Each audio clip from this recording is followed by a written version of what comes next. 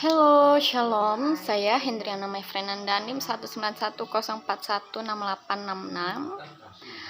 dari Universitas Pancabakti Pontianak, Fakultas Ekonomi Manajemen. Baik, dalam video kali ini kita akan membahas apa itu Economic Order Quantity.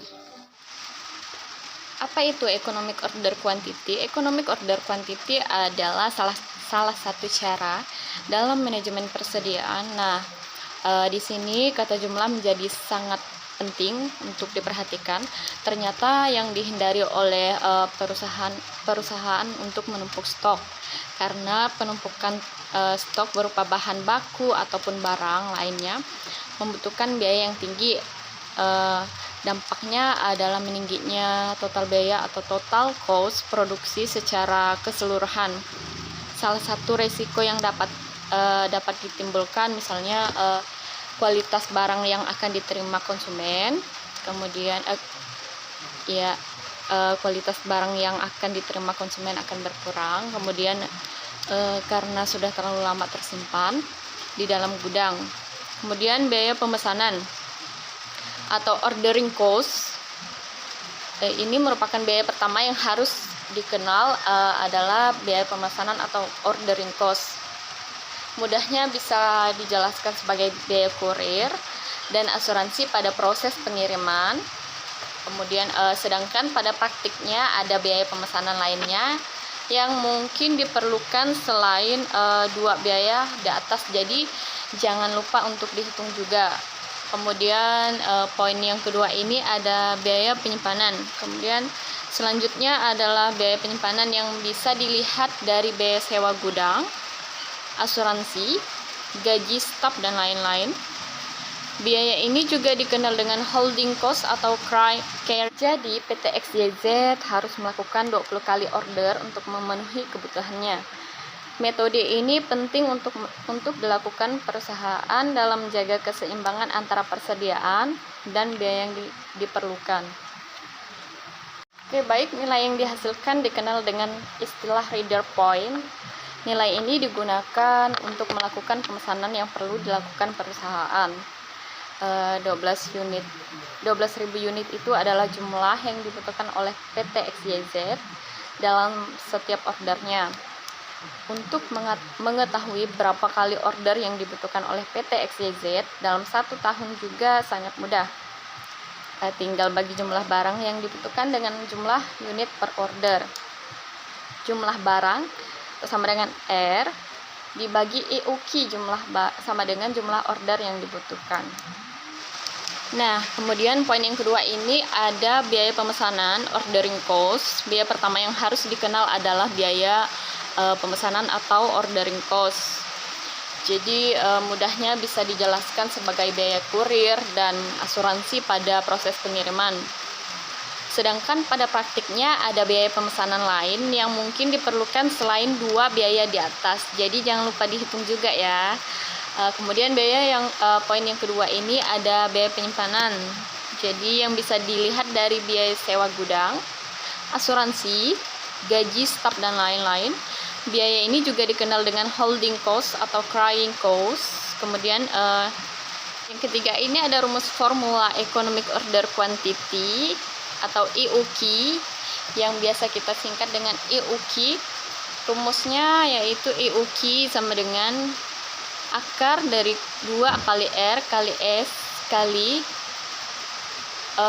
per P kali I. Jadi setelah tahu rumusnya, kita juga harus tahu arti dari masing-masing variabel yang dibutuhkan. Untuk lebih jelasnya, R merupakan jumlah barang yang dibutuhkan. Biasanya jumlah dapat dilihat dari kebutuhan barang di tahun sebelumnya. Jadi kemudian yang S merupakan biaya pemesanan.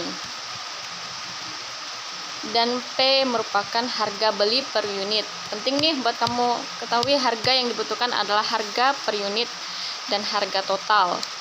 Jadi kalian jangan sampai salah hitung. I merupakan biaya penyimpanan pada setiap unit atau holding cost per unit. Jangan lupa untuk biaya ini bentuknya dalam persen.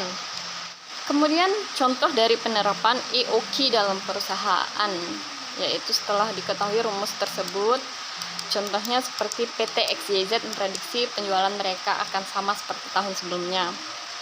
Di tahun sebelumnya PT XYZ memerlukan 240 unit bahan baku dalam proses produksinya. Harga bahan baku per unit untuk tahun ini adalah 2.000.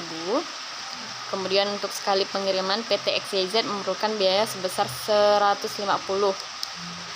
Itu sudah termasuk kurir, asuransi, dokumen, dan sebagainya.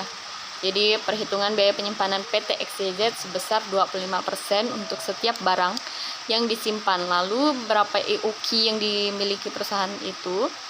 Untuk menjawab pertanyaannya, langkah-langkah dalam menghitungnya, yang pertama tentukan angka yang ada itu masuk dalam variabel apa. Kemudian yang kedua ini masukkan angka-angkanya ke variabel yang sesuai. Dan yang ketiga, dapat deh hasilnya. Cara penghitungan studi kasus. Jumlah barang atau R tadi itu ada 240 unit, itu merupakan jumlah barang.